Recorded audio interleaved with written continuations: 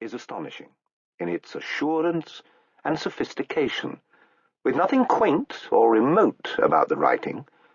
Chaucer, son of a London vintner, protégé of John of Gaunt, and a much-travelled diplomat who visited Italy in 1373 and may have met Boccaccio and Petrarch, moves easily between ploughman, knight, or prioress. The pilgrim portraits are gently ironic and beautifully observed. The tone is mainly satirical, yet Chaucer often cannot conceal his admiration for the spirited rogue or outrageous hypocrite. In the optimistic, entrepreneurial society of his time, men and women who live life with energy and gusto may be forgiven their moral failings. Chaucer begins his catalogue with the knight, highest ranked of the pilgrims, and proceeds to give us a cross-section of late medieval society. More than a third of the pilgrims are, in some way, connected with the church, and almost all of them, in some way, corrupt. But the worlds of law, medicine, craftsmanship, and business are all represented too. Even Harry Bailey, the Southwark landlord who accommodates the party at his inn, decides to join the group, proposing that each pilgrim should tell 2 stories on the outward and 2 on the return journey. The storyteller voted the best to be given a dinner on their return, paid for by the others. Chaucer did not live to complete this elaborate scheme. Only 24 tales were written, but these amount to a substantial work on their own. Collections of tales within a loose framework were familiar in the Middle Ages. Boccaccio's Decameron is a prime example.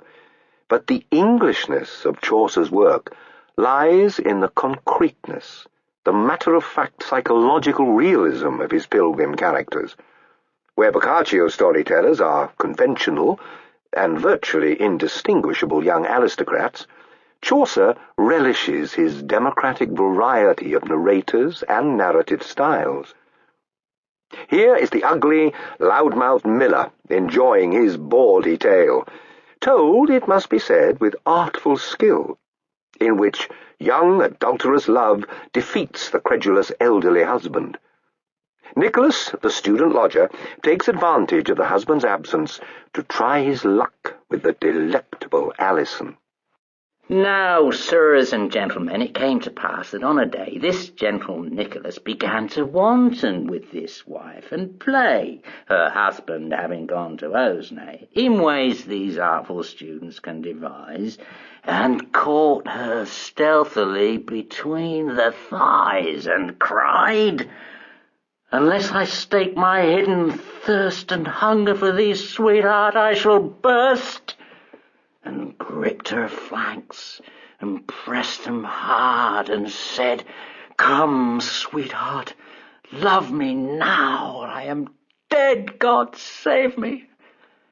As a colt in being broke leaps up and rears against the breaking yoke, she jumped at that, and writhed her head aside. "I will not kiss thee, by my faith," she cried. "Stop it! I tell you, stop it, Nicholas, or I will cry and call out, 'Help! Alas! Take off your hands for decency, I say!'" This Nicholas at once began to pray for mercy, and he wooed so well and fast she granted him the love he asked at last, and she would do for him, she gave her promise, all that he craved, and swore it by St. Thomas, as soon as such a thing could safely be.